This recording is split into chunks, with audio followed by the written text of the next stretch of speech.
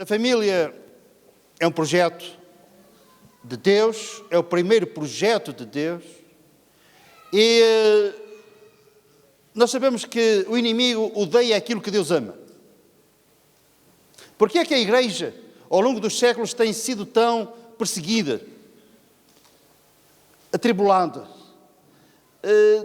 Em tantos lugares, o povo de Deus é massacrado. O termo é este: perseguido, prejudicado em vários aspectos da sua vida social. Isto porque o inimigo odeia o povo de Deus. Porquê? Porque a Igreja é projeto de Deus. E também por essa razão as famílias. E nós constatamos o facto, cada dia, de que as famílias estão debaixo da mira das armas do inimigo. E por isso também a necessidade de nós falarmos cada vez mais acerca de famílias, acerca daquilo que o Senhor tem como plano e como propósito para a família, e também as armas que nós temos, não somente para nos defendermos, mas também para causar danos no nosso inimigo, daquele que odeia a família. Se não se importa, nós vamos ficar de pé antes de começarmos propriamente e vamos uma vez mais orar. E orar particularmente pelas famílias. Nosso Deus e nosso Pai, nós louvamos-te, porque não somente tu és uma família, Deus o Pai, Deus o Filho, Deus o Espírito Santo, os três são uma família. E tu também não quiseste que o homem ficasse só, e então tu proporcionaste a concretização deste projeto, de nós vivermos em família. E damos-te graças, Senhor, pelas bênçãos que vêm do facto de termos uma família. A bênção de termos uma esposa, de termos um marido, de termos filhos, de confraternizarmos, de partilharmos coisas. Mas sabemos também, Senhor, que há famílias atribuladas. Se calhar aqui neste lugar, hoje, há famílias em dificuldade. E nós, Senhor, pedimos a tua intervenção. Pedimos, Senhor, que tu operes, que tu entres nessas famílias trazendo a tua paz, a compreensão e que tu mostres o teu plano e o teu propósito para cada família aqui, cada membro de cada família seja uma bênção dentro da própria família, uma bênção e que seja também abençoado. E que este estudo que nós vamos fazer, esta palestra que vamos dar, de uma ou de outra forma possa contribuir para tal. Te suplicamos em nome do Senhor Jesus. Amém. Ok, podem sentar, faz favor.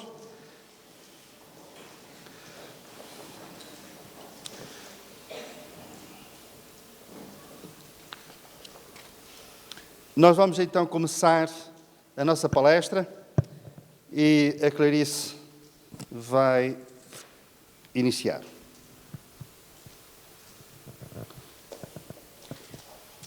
Vamos olhar por momentos para o nosso índice. E temos então duas qualidades muito importantes dos filhos de Deus, que são a hospitalidade e a generosidade.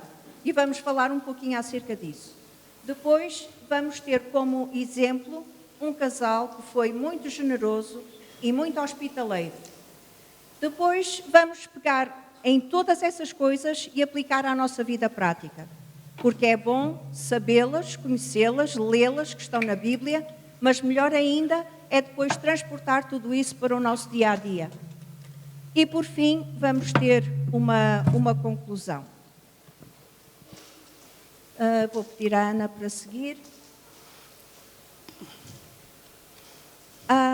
Eu tenho aqui muitas coisas à minha frente, eu vou ter que deslocar para algum sítio. É também isto aqui, desculpa. Não, isto aqui não podes tirar. Não. Isto aqui não podes tirar. É para fazer separação entre eu e ele. Não, isto aqui dá muito trabalho de tirar. Obrigada, André. Então, é o seguinte. Quer tenhamos a noção disso, quer não, nós somos igreja. Há muitas pessoas neste mundo que se vão cruzar connosco, que nunca vão entrar numa igreja evangélica, que nunca vão pegar numa Bíblia, a menos que alguém os toque. E esse alguém pode ser tu ou posso ser eu. Então, nós somos igreja em todos os lugares. Vamos avançar? A igreja que causa o maior impacto, há muitos tipos de igrejas no mundo.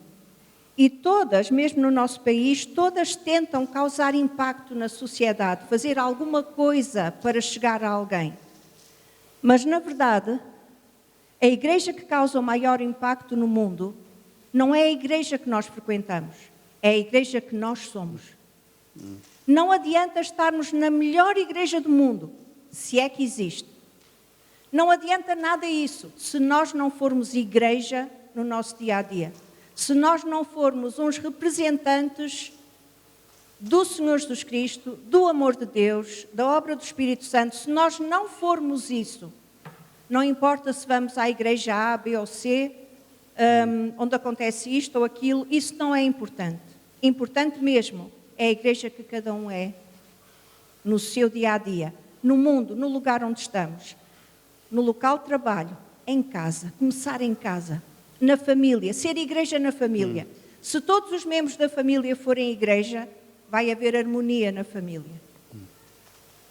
E então, é nesse sentido que nós vamos hoje falar convosco um bocadinho.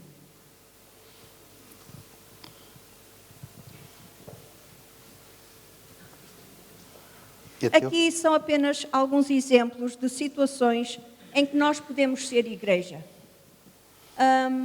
Palavras que são transformadas em ações, ajudar em coisas pequenas, ajudar a carregar uma coisa pesada num supermercado a uma pessoa que está com dificuldade.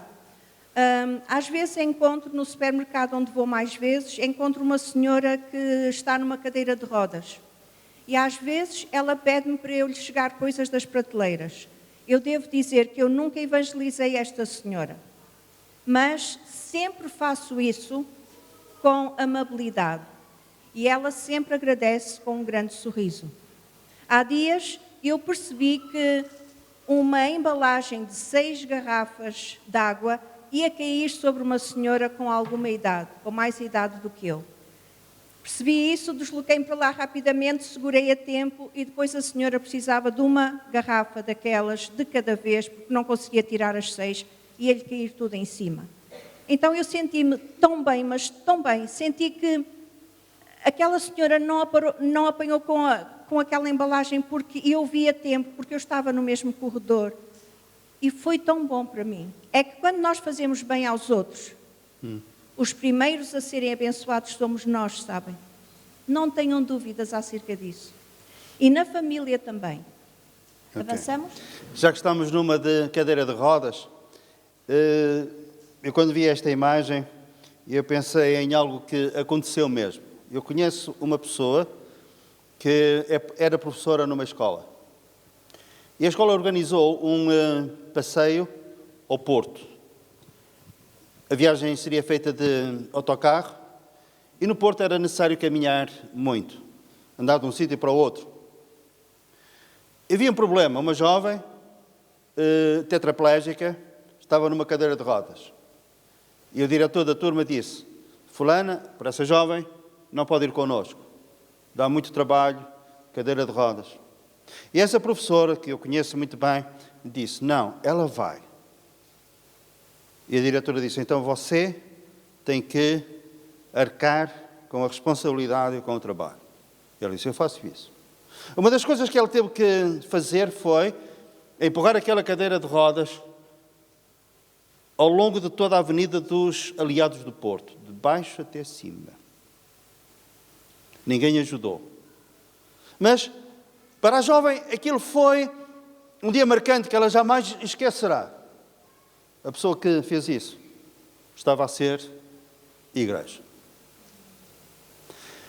Jesus. O nosso slide, Atos capítulo 10, versículo 38, como Deus ungiu a Jesus de Nazaré com o Espírito Santo e com poder, o qual andou por toda a parte, fazendo o bem e curando a todos os oprimidos do diabo, porque Deus era com ele. Jesus andou por toda a parte, isto é, não somente quando ele estava na sinagoga, não somente quando mais tarde ele estava no templo, em sua casa, onde quer que ele estivesse, ele era igreja. Porque nós lemos aqui, reparem outra vez, ele andou por toda a parte fazendo o bem. Andou por toda a parte. Em toda a parte ele era igreja. E nós perguntamos, mas isso é possível em relação a mim? Isto é possível em relação a vós? Reparem que, apesar de o Senhor Jesus ser Deus e é Deus, bendito eternamente, nós lemos aqui que ele, como homem, ele necessitava de depender, ele necessitava do Espírito Santo e do poder de Deus na sua vida. Coisa que nós também temos ao nosso dispor, a força do Espírito, temos o poder de Deus. Para quê? Para andarmos em novidade de vida e assim, em todo lugar, nós sermos igreja. E de uma forma particular, porque podemos ser fora e não sermos na nossa família. E aqui aplica-se um outro versículo que diz, se nós não cuidarmos dos nossos, nomeadamente, não somente, quando nós lemos isto, pensamos que em termos financeiros também é. Mas não é só. É o carinho que nós devemos de disponibilizar, a atenção, o cuidado, a simpatia, as palavras amáveis. E se não fizermos isso, e se fizermos isso apenas com os de fora e não fizermos com os de casa, que deve começar pela nossa casa, o treino deve ser em casa, nós somos piores do que os infiéis. Por isso, por toda a parte, a começar pela família. Isto é o princípio bíblico. Quando Jesus enviou os seus discípulos, reparem na ordem, a começar por Jerusalém, Judeia, Samaria e até aos confins da terra, a começar por aquilo que estava mais próximo. E eles estavam aonde? Estavam em Jerusalém. Comecei aí. Estamos na nossa família. Comecemos na nossa família.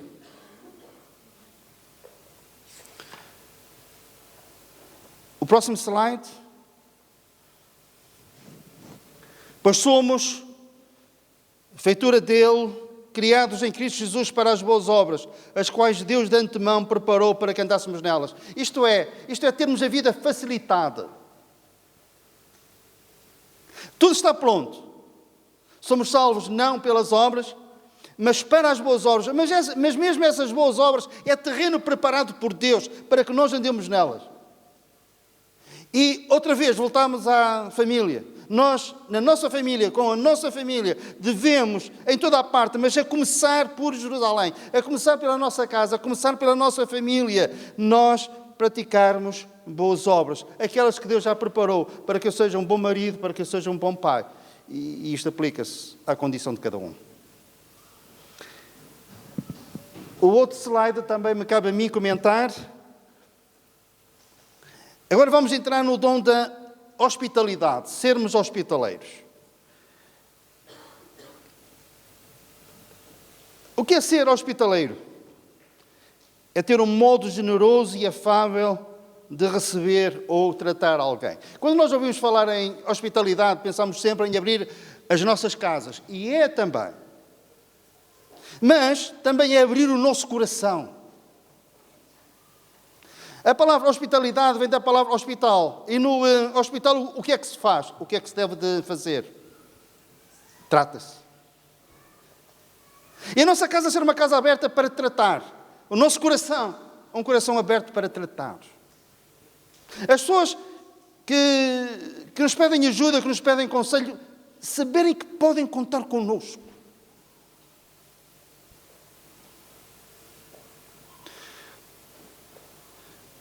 Eu vou-vos dizer uma coisa. E acho que o nosso irmão Joaquim e a esposa que não vão levar a mal. Eu com alguma frequência vou à casa deles. Estive lá ainda na sexta-feira passada. Eu não sei e sei. É uma casa em que eu me sinto tão bem. Oramos sempre. Eu fico com um sentimento muito especial depois de orar. E a atmosfera envolvente é algo que eu não consigo explicar. Até que, na sexta-feira, eu lembrei-me de uma coisa. Estava lá e lembrei-me. Os dois, todos os dias, meditam na palavra de Deus e oram. É uma casa em que a atmosfera espiritual está impregnada com as suas meditações diárias. A Dona Rosa às vezes diz em relação ao marido, estou a fazer uma meditação, demoras mais do que o Dr. Palmeiro a pregar. Mas, independentemente disso, Eles oram ali naquela casa. E quando a gente entra, é como que aquela paz deixa sobre mim. A paz desce. E eu saio dali abençoado. Isto é hospitalidade. Corações abertos. Casa aberta. Eu tento tratar e sou tratado. Modo generoso e afável de receber ou tratar alguém. Receber pessoas de boa vontade, acolhê-las e fazê-las sentir-se bem em nossa casa. No nosso coração, na nossa casa. Também na nossa casa. O próximo slide ainda é meu. Vou tentar agora resumir mais. Sendo hospitaleiros uns para com os outros sem murmurações. Há um perigo. Quando nós abrimos a nossa casa, quando somos hospitaleiros, podemos abrir a nossa casa e, se não tivermos cuidado, podemos cair neste pecado. Então, hospitalidade, mas sem murmuração. Não aproveitar esse tempo para murmuração. É um perigo que, se nós não tivermos cuidado, até porque estamos mais desinibidos, estamos com amigos, e se não tivermos cuidado é fácil resvalarmos para a murmuração. E então temos aqui este alerta. Reparem que a hospitalidade é tão importante. Nas qualidades do bispo, do pastor ou presbítero, nós lemos assim em 1 Timóteo 3,2. É necessário, portanto, que o pastor seja irrepreensível, marido de uma só mulher, temperante, sóbrio, modesto, hospitaleiro, apto para ensinar. Reparem que a hospitalidade entra também nas qualificações que o pastor tem que ter.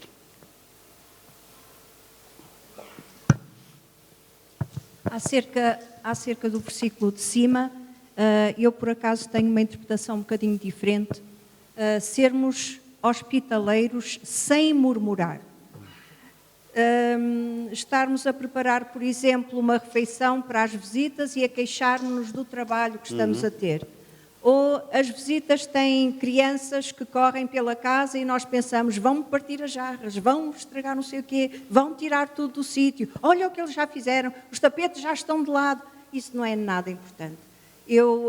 Foi a primeira vez que ouvi esta interpretação deste versículo e fiquei avisada, mas para mim este versículo era mais isso. O trabalho que eu vou ter, vem não sei quantas pessoas e vai ser assim. Então, devemos ser hospitaleiros, receber as pessoas sem murmurar. E vamos avançar para o outro slide. Hoje, hospitalidade, hospital, médico, isto está praticamente tudo por conta dele. E queria dizer-vos que quando nós fomos morar para o Ovar, para a casa onde estamos até hoje, estávamos lá há 3 semanas e tivemos o privilégio de hospedar um homem com um pé partido. Casa, hospital, médico, ok. Algumas semanas depois, tivemos esse homem do pé partido, ficou 3 semanas connosco. Algum tempo depois, isto era verão, um jovem que estava nos acampamentos com uma grande depressão e não conseguia estar nos acampamentos, também veio lá para casa, o segundo doente. Mas nós é que pedimos ao Senhor uma casa hospital. Assim como pedimos ao Senhor uma igreja hospital. Portanto, não temos nada que nos queixar, estamos muito contentes com isso. Uma coisa que me impressiona muito é Deus dar-nos o privilégio de hospedarmos ou sermos generosos com pessoas que não têm forma nenhuma de nos retribuir. Para mim, enche-me as medidas completamente. Quando eu sei que as pessoas não têm meios, não têm posses, alguns são estrangeiros, estão de passagem, não sabem para onde vão a seguir, mas eu tenho o privilégio de os acolher temporariamente na minha casa, isso é uma bênção sem fim para mim, é um privilégio muito grande. E aprendi tantas coisas ao longo dos anos com pessoas que passaram lá por casa, estrangeiros, portugueses, alguns missionários, outros sem serem missionários, pessoas de família que também temporariamente já ficaram connosco e tivemos o privilégio de cuidar deles. É uma bênção tremenda, é uma bênção para além do que se pode explicar. Então eu fico sempre muito contente Quando as pessoas me dizem, eu não tenho como retribuir, eu só digo, por favor, ore por mim. Estou mais que retribuída. E é assim que deve ser. Avançamos? Há uma promessa tremenda, que é este versículo. E quem dera beber, ainda que seja um copo de água fria, a um destes pequeninos, por ser este meu discípulo, em verdade vos digo que de modo algum perderá o seu galardão.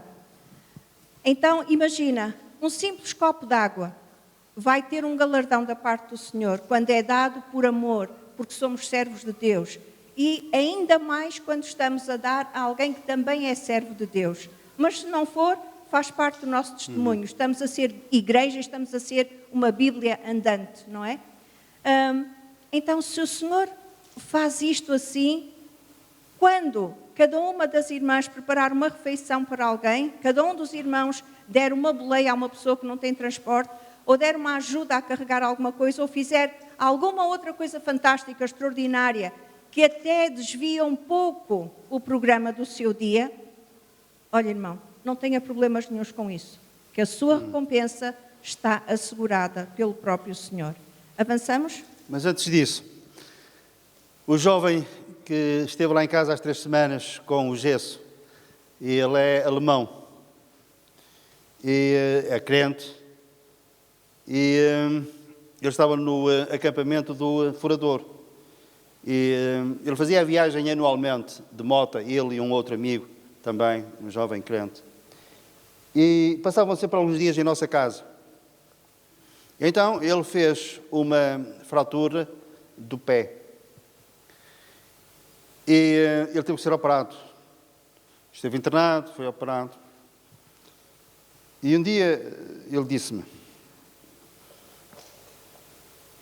eu não tenho seguro europeu, eu não tenho dinheiro para pagar isto. O que é que me vai acontecer quando eles apresentarem a conta? E eu disse: não te preocupes com isso, eu trato. Só que havia um problema. Nós tínhamos acabado de construir a nossa casa há pouco tempo e estávamos descapitalizados. Eu pensei: bonito, metes-te em cada uma, Palmeiro, tu nunca mais aprendes. Mas o Senhor foi bom. Ele responde às nossas orações e às nossas aflições. Um dia, eu já não sabia para quem é que havia de olhar. E ele disse: doutor, já não é preciso pagar nada.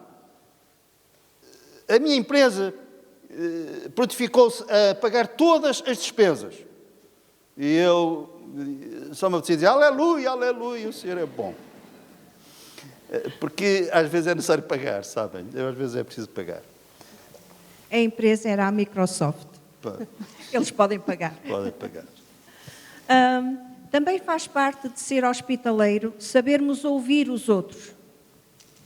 Às vezes abrimos as nossas portas não para uma refeição, não para que alguém tenha um lugar limpo e descansado para pernoitar, mas abrimos as portas para alguém ir falar connosco, alguém desabafar. E há uma coisa que acontece e nós nem sempre nos damos conta disto. Sempre que disponibilizamos tempo para alguém, nós estamos a dar um bocadinho da nossa vida. E não costumamos pensar nisso. Não estamos a dar só a simpatia, uma cadeira para se sentarem, não é isso. Nós estamos a disponibilizar o nosso coração, as nossas energias, a nossa força e aquele tempo de vida, em que nós até podíamos estar noutro sítio ou a fazer outra coisa qualquer ou a descansar. Mas naquele dia abrimos a porta e abrimos o coração para receber aquelas pessoas. Isso também é hospitalidade e isso também é generosidade. E isto faz parte da prática cristã. Isto é a Bíblia aberta para os outros que não leem a Bíblia poderem saber como Deus é. Avançamos? E agora sim vamos entrar numa família. Vamos falar acerca de uma família e vamos alicerçar um pouco dos nossos pensamentos nestes versículos que nos fala acerca de uma família generosa e hospitaleira. Então a nossa passagem está em 2º livro dos Reis, no capítulo 4, que diz assim a partir do versículo 8. Certo dia passou Eliseu, que era um profeta, passou por Sunam, onde se achava uma mulher rica, a qual o constrangeu a comer pão. Daí, todas as vezes que passava por lá, entrava para comer. Ela disse a seu marido: vejo que este que passa sempre por nós, é santo homem de Deus. Posso dizer uma coisa? No slide anterior, Ana, por favor. Vejo que este que passa sempre por nós é santo homem de Deus. Quando um homem olha para uma floresta, sabem o que é que ele vê? Já agora, homens, quando vocês olham para uma floresta, o que é que vocês veem? Árvores. Lenha, mobílias, Lenha, ok. vigas. Principalmente árvores, não é? Árvores. As mulheres, quando olham para uma floresta, elas reparam nos passarinhos, nos ninhos, nas folhas que são mais verdes aqui, menos verdes ali, no movimento disto e daquilo, naquela árvore que no pé está cheia de florinhas amarelas, ali estão roxas, ali estão rosa. Esta senhora... Desculpa lá, e as florestas têm isso? Tem, as florestas têm isso. Olha, não sabia. Eu nunca reparei. As florestas têm essas Tem coisas. árvores. Então, esta senhora tomou a iniciativa de convidar o profeta para uma refeição. Evidentemente, ele era um homem que vinha de longe, estava cansado, fazia muitas centenas de quilómetros, corria o país de um lado ao outro, depois voltava, fazia no sentido inverso, levava a palavra de Deus. Naturalmente, não tinha onde cozinhar, não tinha comida com ele. Então, ela, de comum acordo com o marido, passou a convidá-lo para tomar uma refeição. E ela percebeu que ele era um santo homem de Deus. Não era igual às outras pessoas que passavam pela rua, que até moravam por ali. Não era igual aos seus vizinhos. Ele era especial, tinha alguma coisa de especial. Eu tenho percebido que, quanto mais perto andamos de Deus, mais especiais nos tornamos em algumas coisas. Parece que se gera em nós alguma coisa de misteriosa, extremamente especial, que é a nossa ligação a Deus, o nosso contacto com Deus. Isso também atrai as pessoas. De repente há pessoas que querem falar connosco e nós não conhecemos muito bem, mas disponibilizamos o nosso tempo, somos hospitaleiros e essas pessoas são uma bênção para nós e nós uma bênção para elas. Então, este homem, observado por aquela senhora, não era só uma árvore no meio da floresta, era um santo homem de Deus. Ok, muito bem. Mas reparem aqui nesta palavra, antes de nós lermos o versículo 9 e o versículo 10. Certo dia passou Eliseu por Sunan, onde se achava uma mulher rica, a qual o constrangeu a comer pão. Não foi um mero convite, não foi para descargo de consciência, não foi para ser simpática, não. Ela o constrangeu. Ela quase que lhe pediu veementemente para que ele entrasse na casa deles. Ela estava mesmo interessada em ser hospitaleira. Esta palavra também chamou a minha atenção. Então, no versículo 9, ela disse a seu marido: vejo que este que passa sempre por nós é santo homem de Deus. Façamo-lhe, pois, em cima, provavelmente era uma casa térrea, estamos a falar de eles construírem, façamo-lhe, portanto, o casal, um pequeno quarto em cima, primeiro andar, obra de pedreiro, e punhámos-lhe nele uma cama, uma mesa, uma cadeira e um candeeiro. Quando ele ver a nossa casa, retirar-se-á para ali. Avançamos. Fico muito impressionada com os gastos que esta família fez. Podiam simplesmente ter arranjado uma espécie de uma tenda, um toldo, fazer uma zona de sombra lá em cima da casa, que era o sítio onde se punha a secar cereais e outras coisas. Eles podiam simplesmente ter arranjado umas estacas, um tecido forte que fizesse sombra e diziam ao profeta: olha, se quiser descansar aqui nesta sombrinha. Não. Eles não fizeram uma coisa provisória. Eles queriam tanto a presença do profeta na sua casa, eles queriam tanto ser abençoados, que eles disseram, vamos fazer uma coisa que seja obra de pedreiro. Eles construíram com materiais idênticos aos da construção da sua casa. E uma coisa também bonita é que as casas tinham um acesso exterior ao terraço, era típico em Israel. Então, sempre que o profeta Eliseu chegava lá e queria ir para a sua casa, mini casa, pequena casa, ele nem precisava de bater à porta, não precisava de chamar ninguém, ele podia ir direto. Eles fizeram uma despesa a esse nível, de construir um andar por cima da sua casa. E nesse andar, então, colocaram várias coisas. Mas antes disso, se calhar nós podemos estar a pensar, pois, está bem, mas eles eram ricos. Sim, eles eram ricos. Mas pode ser rico e não se fazer nada. Não é? Eles eram ricos, mas ao mesmo tempo eram ricos generosos. Claro que o Senhor não nos pede para fazermos coisas para as quais nós não temos meios, nós não temos capacidade. Isto é de acordo com a medida da fé, não somente isso, mas também dos propósitos de Deus para a nossa vida. Mas também o Senhor não nos pede para nós fazermos coisas que sejam impossíveis de nós fazermos. À nossa medida, segundo o plano e o propósito que o Senhor tem para cada um de nós, nós podemos fazê-lo. Então, entre as várias peças de mobília, era necessário, evidentemente, uma cama, um sítio para o profeta dormir.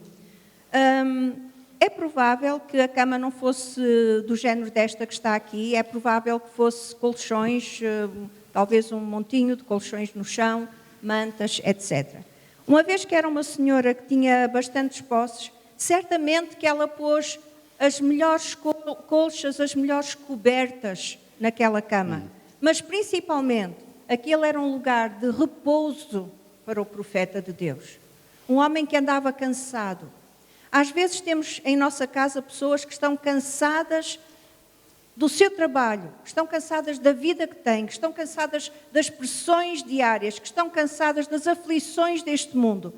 E nós precisamos de ser para essas pessoas um lugar de repouso. E se for necessário, arranjar-lhes um sítio onde possam de facto dormir e repousar. Então uma cama fala-nos de repouso, descanso, neste caso paz, segurança, conforto, asseio, limpeza, não é?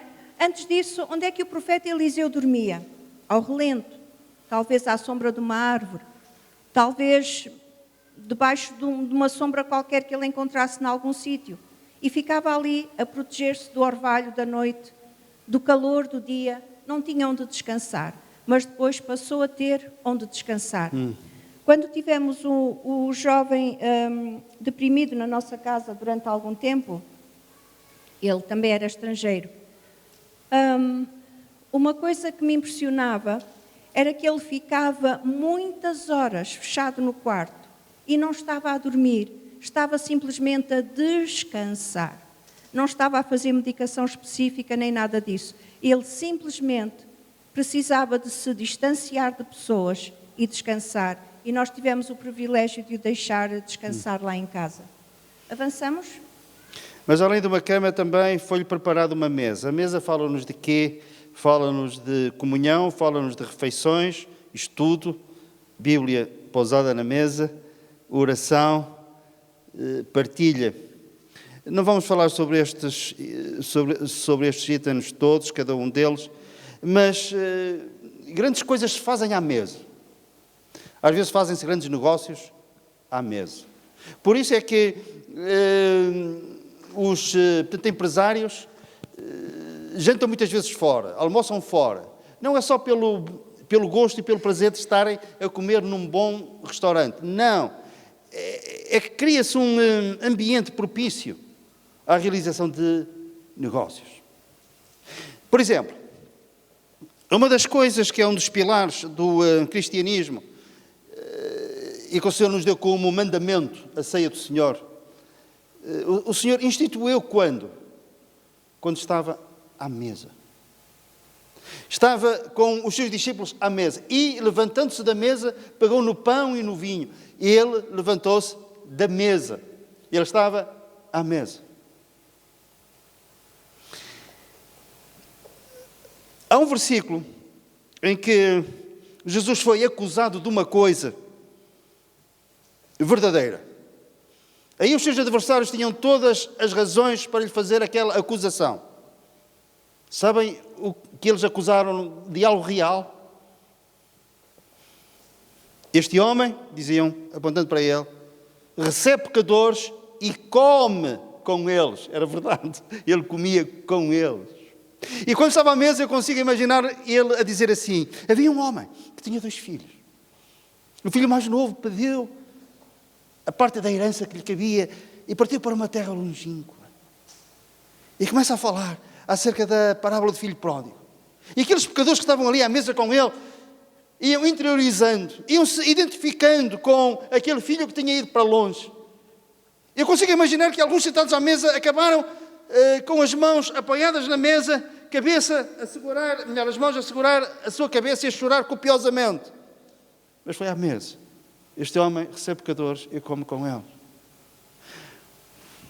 Se calhar o teu amigo precisa não somente de um abraço, de umas palavras amáveis, mas um dia convida-o para jantar e ficas com ele à mesa.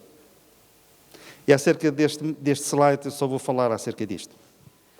Queria dizer acerca da mesa, que é também o lugar onde damos graças pela comida. Há pouco tempo, uma criança numa escola americana, que era filha de pais crentes, e ela também tinha o Senhor no seu coração, a criança começou a sofrer bullying na escola, por uma coisa muito simples que ela fazia. Quando se sentava à mesa na cantina para a refeição do almoço, ela sempre dava graças pela comida. Os outros meninos começaram por brincar com ela, chamar-lhe coisas, etc. Mas isso foi piorando ao longo do tempo, pois esta criança não deixou de dar graças antes de comer a sua refeição. Sempre manteve a sua postura. Um dia, o Senhor interveio e mudou as coisas. Houve uma intoxicação alimentar geral na escola. Todas as crianças que comeram aquele almoço ficaram com sintomas de intoxicação alimentar, exceto a menina que deu graças pela comida. E isto foi há pouco tempo nos Estados Unidos. Ela deu graças pela comida, comeu igual aos outros e a comida dela não lhe fez mal. E todos os outros coleguinhas tiveram sintomas de intoxicação alimentar. Então a mesa também é um lugar para dar graças. E depois de agradecermos a comida, já não há defeitos na comida. Não está quente nem fria, não está salgada, nem está mal temperada, nem está nada. O peixe não está não sei o quê e a carne não está não sei o quê. Os legumes não estão qualquer coisa. Está tudo abençoado e está tudo maravilhoso e vamos comer e vai fazer bem ao nosso organismo. Combinado? Nunca mais há protestos à mesa, certo? As nossas irmãs ficaram todas não estou nada convencida. Mas, se já deram graças, está agradecido. O Senhor ouviu e vamos para a frente. Vamos avançar. Eu tenho também a marcadeira. É teu. É meu a cadeira.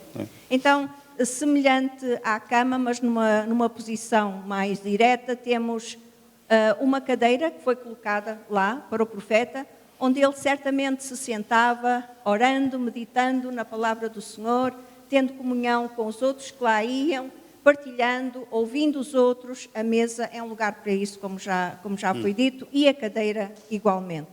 Avançamos? Sim. O candeeiro. O candeeiro, que era uma lamparina, era feito de barro e alimentado a azeite. A Bíblia diz que nós somos comparados também a vasos de barro. Vasos esses que dentro devem ter a luz que há em Cristo e nós refletirmos essa luz. Nós somos vasos de barro que contêm a luz do conhecimento de Deus e a presença do Espírito Santo. Há um versículo na Bíblia que diz assim: outrora vós erais trevas, agora sois luz no Senhor. Brilhe a vossa luz diante dos homens, para que os homens vejam as vossas boas obras e glorifiquem a vosso Pai que está nos céus. Nós, para sermos luz, temos que ter a luz que é Cristo em nós. E a palavra de Deus deve ocupar um lugar muito especial, muito particular na nossa vida e influenciar a nossa vida. Lâmpada para os meus pés é a tua palavra e luz para o meu caminho. Quando nós andamos à luz da palavra de Deus, nós vamos iluminar o nosso caminho. Mas se é uma luz forte, quem estiver connosco também será iluminado. Não temos luz própria e refletimos a luz que há em Cristo. O apóstolo Paulo, em Troade, ele fez uma pregação numa sala do terceiro andar. E nós lemos algumas coisas acerca desse acontecimento, nomeadamente que um jovem que se sentou no peitoril da janela e adormeceu e caiu do terceiro andar, depois Paulo interveio, etc. Mas eu não quero entrar por aí. Eu só quero dizer uma coisa, que é, nessa passagem nós lemos que naquele lugar havia muitas luzes. Que nesta igreja, que neste lugar, haja muitas luzes. Amém. Amém. Em nome do Senhor Jesus pedimos. Amém. Uma luz que ilumina não somente aqui, mas por toda a parte. Haja muitas luzes. Podemos não ter grande teologia, podemos não ter grandes capacidades de uma ou de outra forma, mas podemos refletir, sermos luz no Senhor. E então, este grupo, estas dezenas de pessoas, quando saírem lá para fora, se espalharem, estas muitas luzes se espalharem por onde quer que vão, e iluminarmos, termos um caminho iluminado. Amém. E iluminarmos os outros. Amém. Ana, avançamos? Então, finalmente houve o dia em que o profeta Eliseu chegou a Sunem e foi-lhe apresentado o seu quarto. E foi-lhe dito que sempre que quisesse, de forma independente, ele podia descansar ali. Avançamos? Eu gosto muito de pensar no profeta a orar por aquela senhora e pelo seu marido. Sempre que temos pessoas crentes que ficam connosco em casa, nós sabemos que eles oram por nós e oram para que o nosso lar seja abençoado. E só o Senhor sabe quantas bênçãos temos usufruído por causa das orações dessas pessoas que já passaram lá por casa. É extraordinário quando vemos dessa forma. Tivemos uma vez uma senhora, a Elsa Tomazini, que veio do Brasil. Nós não a conhecíamos, ela pediu-nos ajuda para ficar connosco há algum tempo e ficou cerca de um mês connosco em casa. E havia uma coisa que aquela senhora fazia. Ela escrevia as suas orações durante horas e horas e horas e horas. Ela sentava-se à mesa e ela orava e orava e orava e orava. Porque ela tinha um compromisso com o Senhor de sempre que ia a um país, a coisa principal que ela fazia era orar por esse país, orar por essa nação, orar pelas pessoas com quem ela lidava, as pessoas que encontrava. Então nós fomos muito abençoados com a presença dela. Só um exemplo. E eu imagino como o profeta Eliseu orava por aquele casal e pedia que o Senhor os recompensasse por aquilo que estavam a fazer por ele. E certamente que o Senhor tinha algo em vista. Vamos avançar? Então, da teoria à prática, apenas ler. Pessoas dispostas a abrir a sua casa para os outros, abrir mão da sua privacidade para acolherem alguém temporariamente, a servir alguém como se fosse o próprio Senhor, a gastar os seus recursos e deixarem-se gastar por amor aos outros, a serem exemplo para os seus filhos e gerações futuras. Este último item, a serem exemplo para os seus filhos e gerações futuras. O nosso comportamento vai afetar o comportamento dos nossos filhos, mais do que aquilo que nós pensamos. Mesmo que à primeira vista pareça que eles seguem caminhos diferentes dos nossos, mas aquilo que eles viram na casa dos pais, jamais vão esquecer. Ou coisas boas, ou coisas menos boas. A serem exemplo para os seus filhos e gerações futuras. Podemos mudar o curso das coisas, a começar na nossa casa. Também quando os filhos crescem e se tornam independentes e têm a sua própria família, e às vezes vêm à casa dos pais, os pais devem ter uma hospitalidade extremamente cuidadosa e amável para com os filhos. Porque às vezes pensamos, tu és da casa, vai buscar isto porque tu sabes onde está, tu és da casa.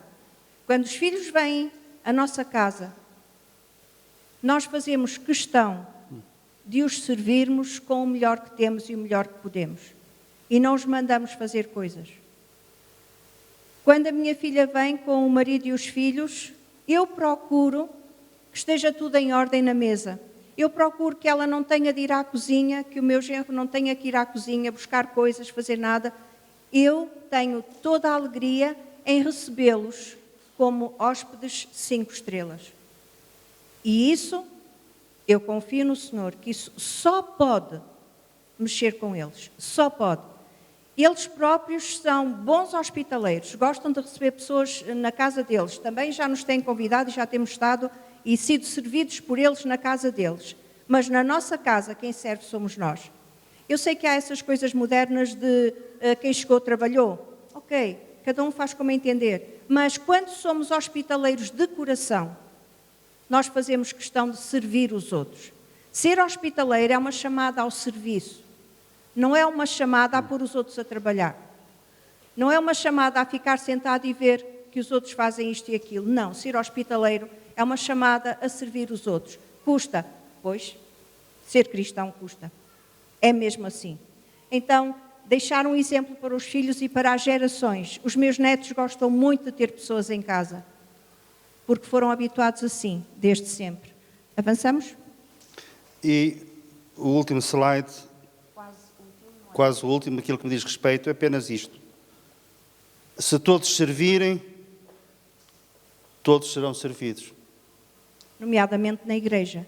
Nomeadamente na igreja. Por isso, quando há diferentes ministérios, diferentes necessidades, diferentes serviços a serem feitos na casa de Deus, se todos fizerem a sua parte, se todos servirem, todos seremos servidos.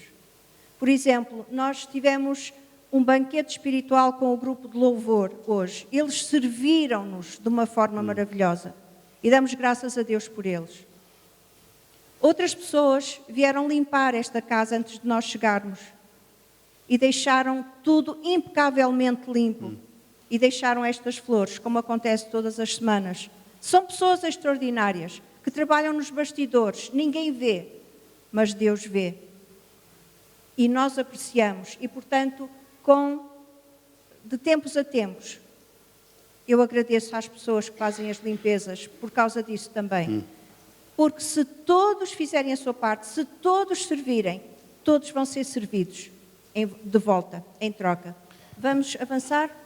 e então, o nosso próximo slide, o anterior dizia serve.